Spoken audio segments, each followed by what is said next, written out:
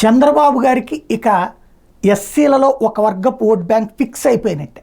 ఎందుకంటే అసలు ఎస్సీ ఒకప్పుడు కాంగ్రెస్కి కంచుకోట లాంటి ఎస్సీ ఎస్టీ ఓట్లు ఎప్పుడు చూసినా ఆ సీట్లు కాంగ్రెస్కే వచ్చాయి. మొన్నటిసారి కనుక దాదాపుగా ఎస్టీ సీట్లన్నీ జగన్కే వచ్చాయి, ఎస్సీ సీట్లు కూడా దాదాపుగా జగన్కే వచ్చాయి.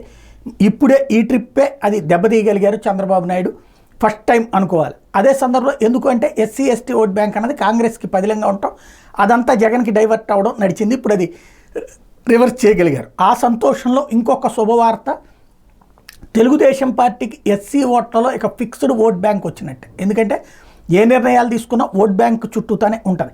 మాదిగ రిజర్వేషన్లని మద్దతు అన్నటువంటి, అంటే ఎస్సీల వర్గీకరణ అన్నటువంటి దాన్ని సమర్థించింది మొట్టమొదటి నుంచి తెలుగుదేశం పార్టీ.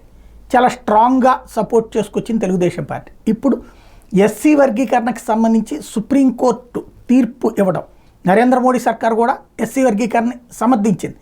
మోడీ కూడా మొన్న ఆ మధ్యన మందకృష్ణ మాదిగతో కూర్చుని ఆ మాట ప్రకటించారు. కేంద్ర ప్రభుత్వం ఆ మేరకు సుప్రీంలో అఫిడవిట్ ఇవ్వడంతోనే సుప్రీంకోర్టు ఇవాళ ఇచ్చినటువంటి తీర్పులో ఎస్సీ వర్గీకరణకి మద్దతు ఇస్తూ రాష్ట్రాలకి అధికారాన్ని ఇచ్చేశారు.